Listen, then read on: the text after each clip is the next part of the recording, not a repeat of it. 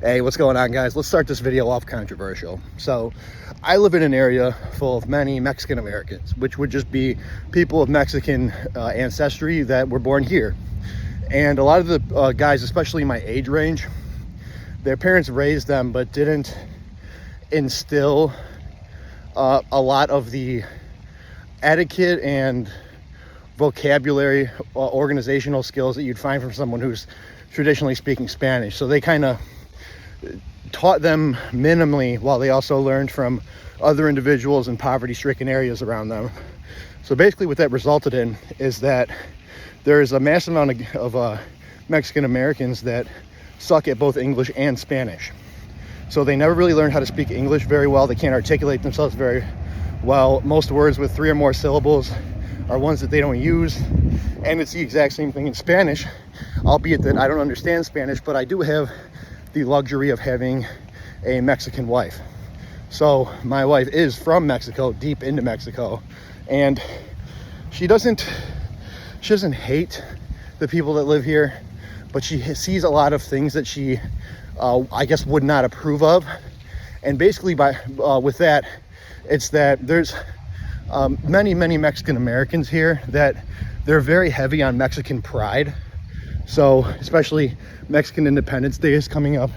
It's going to be September like 16th or so, and people go crazy. I mean, the street littered with beer bottles. Guys are shooting guns and fireworks in the air. They're waving flags are everywhere. They're on people's hoods of their cars, waving out of every window. It's everywhere. They're having fun getting fucked up. But so they do a lot of things that Mexican Americans, they do a lot of things that they think are Mexican culture. So basically what my wife has an issue with is that all of these people that are not very well educated, they have started making up their own like traditions and customs that they do here, but they believe that that's Mexican culture.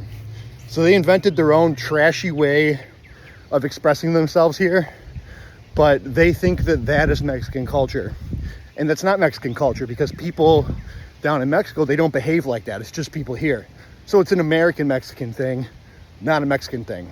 And that'll really throw you for a loop if you haven't been to Mexico, especially if you've been to Mexico but have only been to a resort area. You don't really have a comparison for this. But if you actually go visit like deep into the country, you'll see it's like a whole different world down there, and it's unrecognizable to what you'd see if I was walking through the middle of Chicago. So you go down there and you see all these differences, and then a lot of people, they have a strong dislike for individuals not from their own, I guess, motherland. So, and you run into this with all kinds of different ethnicities. This isn't like an uncommon thing, but you know, Mexicans over here, they're so built up on this Mexican pride that they believe they're implementing with all their behavior. But the truth is, most of them are scared shitless when they go down there, because just like if you heard someone in English that lives in Southern America, if you heard them speak, they have a heavy Southern draw in their voice, right? You'd be able to tell just from certain areas of the country where someone's from based on how they speak. Well, it's the same thing in Spanish. So you can hear the accent from people, and you can tell they're not from a place. And it's the same thing when they go visit down there. They come from the U.S. and they go down there, and they're scared shitless because everyone that hears them speak is going to know that they're not a native. And a lot of the people down there have a very disdain for Mexican individuals that are not from there. They seem to like white people, but I think that's more so from a money aspect. But yeah, so there's a lot of discrimination there, and it goes to show that a lot of people develop a lot of different traditions and social behaviors and expectations, and it may not necessarily be founded in a long, rich history, because the Mexican Americans here, basically, they think that their behavior and celebrations and everything, they think that is the epitome of Mexican culture, but it's really something they've invented that's very loud and obnoxious and sometimes disrespectful, that they are celebrating under the guise of them thinking it's Mexican culture. And that becomes very insulting for individuals not from here, but from down there that see that shit. Because when they see that, they go, what the hell is this? And it's just a big, you know, mess of a situation there that I didn't have the best insight into until really I got with my wife. Because I had never met that many people that were Mexican from Mexico. I always just knew people as Mexican born in America, or their parents were like from Mexico, but they, you know, the people I met were born in America. So I didn't really have a reference range there. But after meeting her, hearing her talk, being around her, and then going to visit her country, you know, in her town, I got to see all these things firsthand. And I see exactly the perspective she's coming from when she says all this stuff. Because people are going to say it's insulting. They're going to say, oh, that's racist. Or I forgot what the word is if you are accusing someone of being racist towards their own people. But you're going to hear a lot of that. And the truth is, like, people could say all that shit all they want, but until you firsthand see when you see the way life is playing out based on how she's describing it, I mean, that gives you better insight into seeing things from her perspective. And she's not wrong. She's objectively not wrong. So you're going to run into a lot of that. But you know, people can choose to say that's racist or not. It's really stupid. You're making an observation on fact, and then people are attempting to accuse you of being this ugly word, because if you are that ugly word, you stop being a person, and therefore people can treat you horribly. And a lot of these people out there that are looking for others to treat horribly, they don't really have a lot going for them in their life. So it's a nice, very pleasant distraction for them to project all their frustrations onto someone else. So it's funny, I mean, all boils down to the thing I've been saying forever, which is most people are fucking stupid. And it's sad that that's true. You'd like to think everyone is really thought-provoking and they think things out and they're going to make the best choice, but that's not true. People are very impulsive, emotion-driven with their decisions, and they're going to pick the most convenient, easiest option that benefits them if they could, and if that involves you being fucked over to an extent, they're going to find a way to rationalize that to where they're not the bad guy, but you still get fucked over. So these are the kinds of people out in the world in full force, in mass production. Those are the kinds of people. So you, excuse me, that's why you see when I say you have the option to not have certain people in your life, I mean, honestly, it's more than an option, really. It's a privilege. You have the privilege of excommunicating people from your life. So you can choose to take advantage of that, or have a bunch of individuals that are not the best for you around you and watch that change you into something you don't want to be. And those are the choices there. Now, many people don't want to offend. They're going to pick the wrong choice. You could ride out the wrong choice for a while. If you ride out that long choice too long, that's going to become a thing. That's no longer like some decision on a whim. That's become a full-blown thing that you have to deal with now. But you can still do that, but then eventually come to the straightened path, as long as it's like momentary. You know, if you're being a real doomer pessimist for like over a year. Hold on, guys, you want to watch me get water? Come on, let's get that. Look good. Oh, second sip. First one wasn't good enough. Yeah, so I forgot the last point I was making, but I know it was probably in line with what I was saying. But anyway, yeah, you're gonna run into all sorts of different situations out there. And I mean, like, as you could hear me talk, you understand I'm really like beating to death, removing people and making good choices and all that. And I mean, it's because I've lived the outcomes of doing the opposite. And it's pretty cool making good choices. But I mean, people can choose not to listen. And I mean, really, it comes down to what your tolerance level is for bullshit. Because there's only so many times you're going to get burned before changes start getting made, whether you like them or not. Because if someone's like a very polite, pleasant person, but they keep having a string of bad relationships with not just the opposite sex, but, you know, friends as well. How many times are they going to get fucked over before they start becoming a real grumpy, mean person?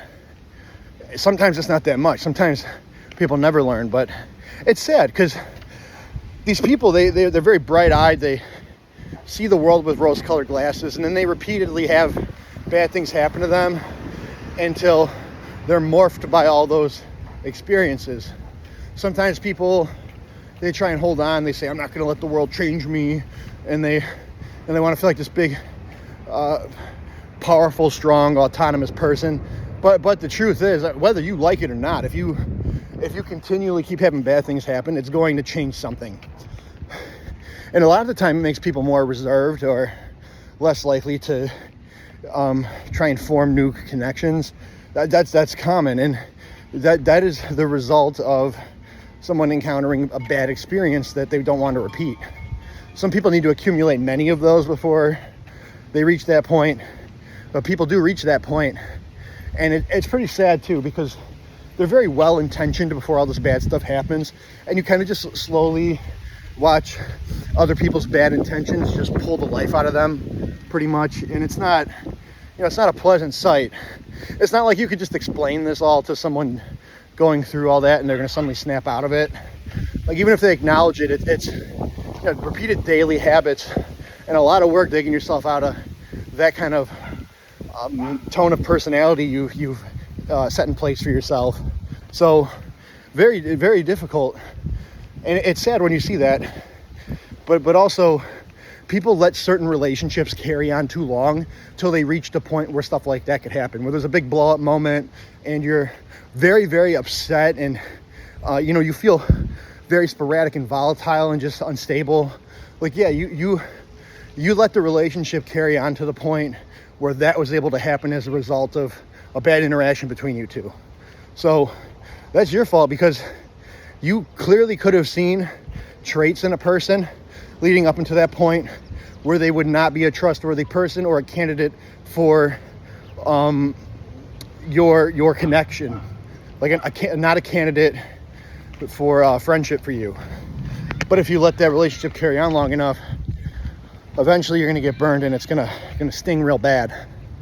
So it's being very careful with the people you even allow your ears to hear noise from.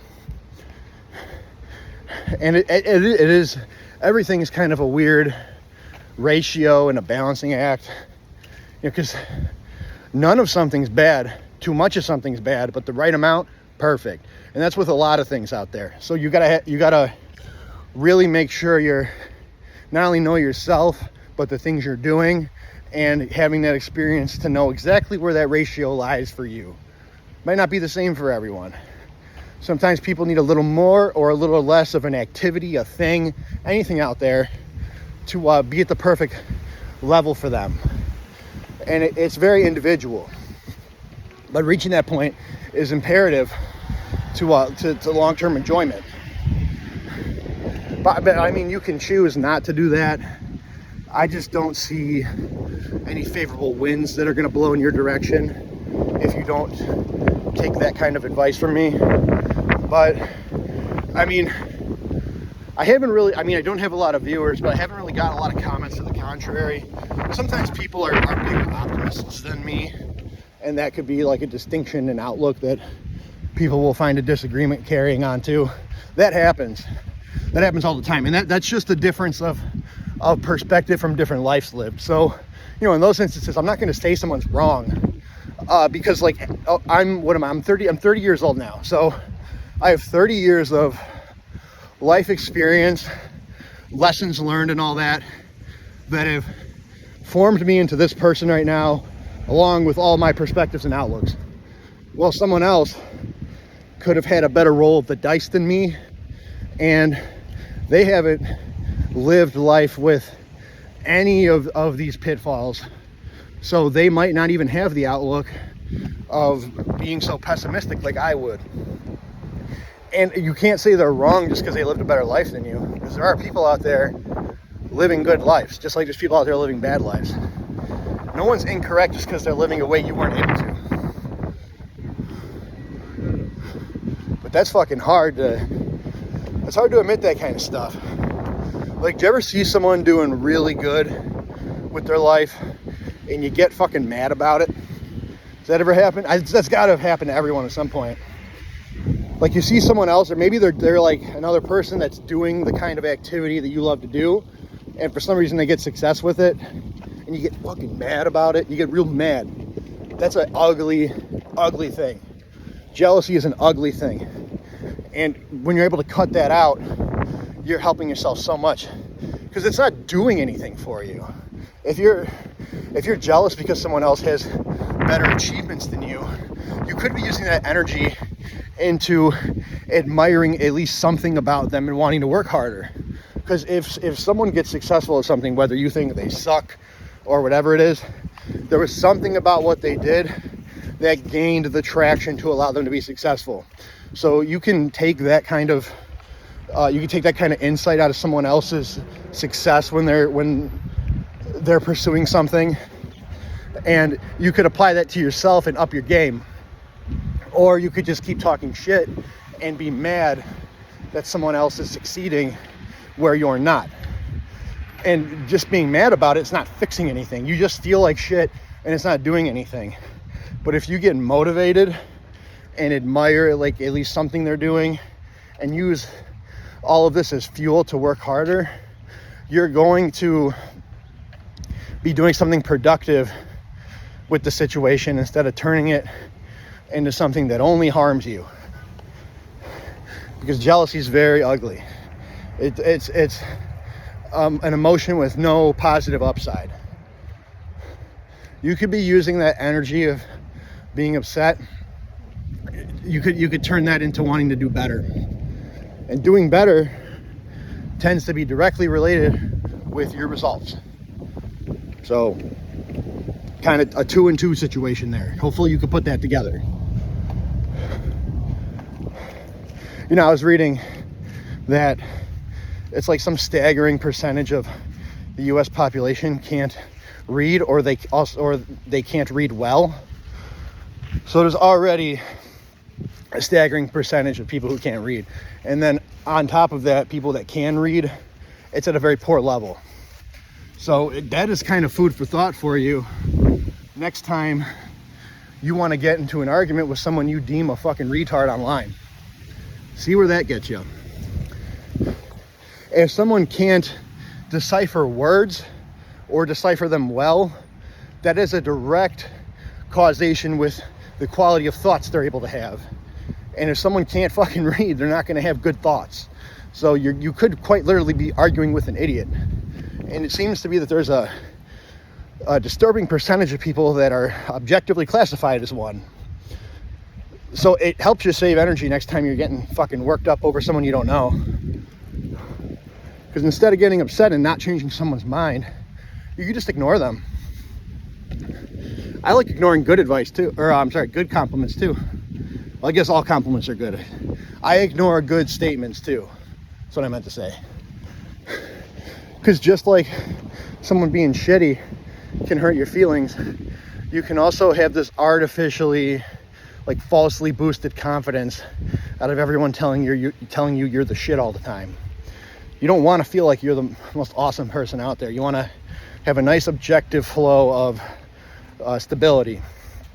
If you feel too shitty or too good about yourself, that's going to make you delusional to the reality of whatever situations you're in.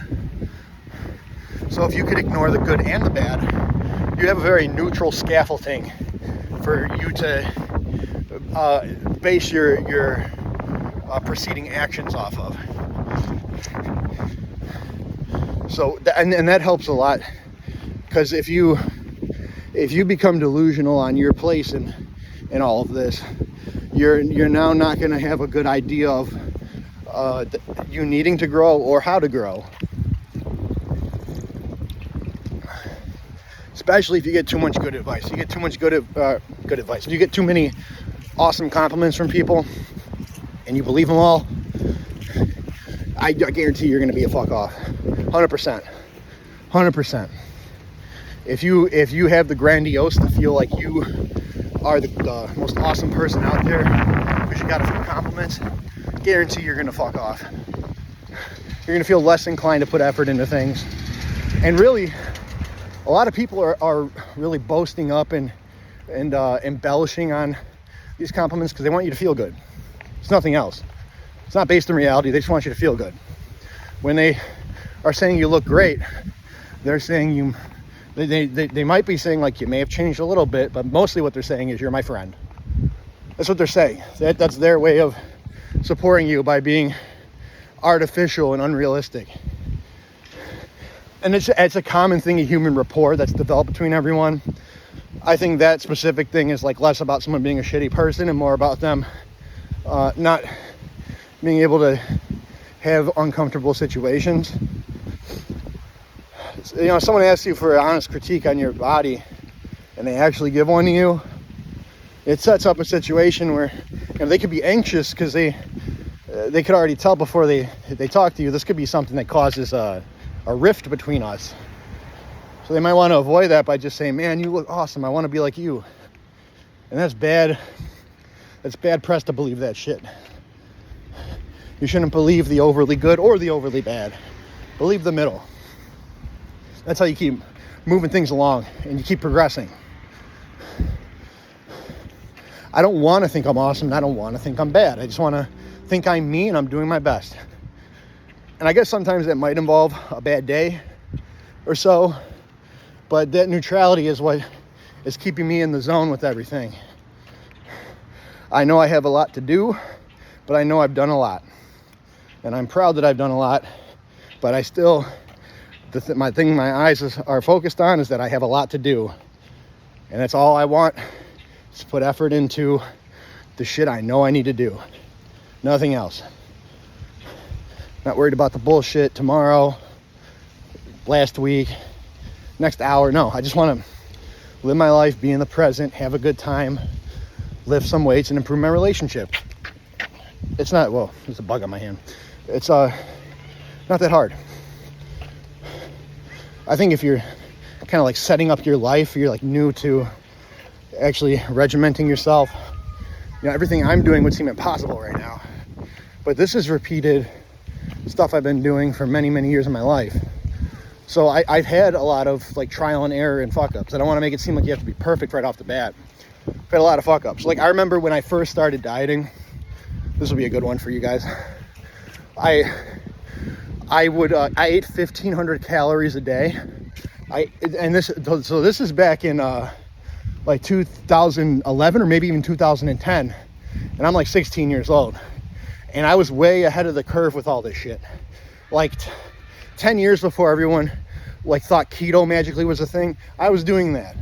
I was 15 or 16. I needed to lose a bunch of weight. I wanted to work out. So I was eating 1,500 calories a day, no carbs. And I was doing intermittent fasting. So 16 hours of the day I was not eating, 8 hours of the day I was eating. I was doing that. I was going to the gym to lift sometimes twice a day, and also doing a 2-hour cardio session. Twice a day because I played high school football, so we were required to lift at 6 a.m. But we would only do a couple Olympic lifts and a few big power lifts. So I would get all those done in the morning, and then after school I would go to a real gym and I would start doing all the sorts of different accessories that we didn't have the time and weren't allowed to hit at football practice. So I would be doing all this shit, man, and I lost a ton of weight. But you know what else? I started binging, and it became more regular. And I would eat like a whole jar of peanut butter. Like that was my thing. That was what I wanted. Or I would get like a loaf of bread, and I would start putting a bunch of pieces in the toaster, and then I would put some peanut butter on the bread, kind of like butter, and just start eating it. And I would do that, and I would eat a lot. And I'm eating so low that when I do eat, it's like I can eat an endless amount. So I just kept pounding all that. And I realized at like 17 years old that if I ate a whole normal sized jar of peanut butter, that set me back for a week. Instantly set me back for a week. And I had that happen enough times.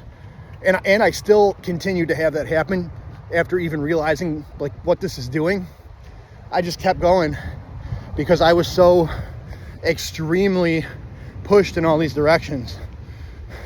I have stuff like that, or having an overly rough day at work and being like, I'm gonna skip the gym, and instead of going Monday, taking Tuesday off and going Wednesday, I'll just go Tuesday and Wednesday. And you do stuff like that and you start compounding stress on top of your body. A lot of mistakes. I made a lot of mistakes. And these ways in which I'm implementing things, they were all new for me at one point. And they were hard when they were new. But I repeatedly kept staying on top of things over and over and over, to where now it's just like as simple as me waking up or brushing my teeth. All these things, they're just things that I do. They don't feel like they're a chore or they're taking anything out of me. They're just things that I do. You can only get to that point if you consciously exercise your discipline with these things daily. Someone who doesn't work out is not going to feel like this is effortless. They're going to feel like this is the hardest thing in the world, and they have to uproot their whole fucking life for it.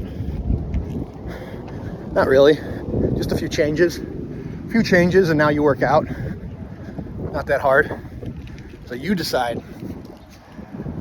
Are you going to make simple choices so difficult that, or build them up into something so difficult that you don't get anything done? Or are you going to realize the time's going to pass anyway, and you might as well do something rewarding with it? So anyway, guys, I'm done with this video. I'm almost done with cardio. God, my teeth look like shit. Man, I just keep chewing nicotine and fucking drinking coffee. Gotta get my teeth whitened, dude. Some of this is just coffee stains from drinking coffee like 30 minutes ago. But yeah, I don't like it. I'm gonna have to get an appointment for that. So anyway, hope you guys have a good rest of your day. It's pretty hot out here. See you on the next one.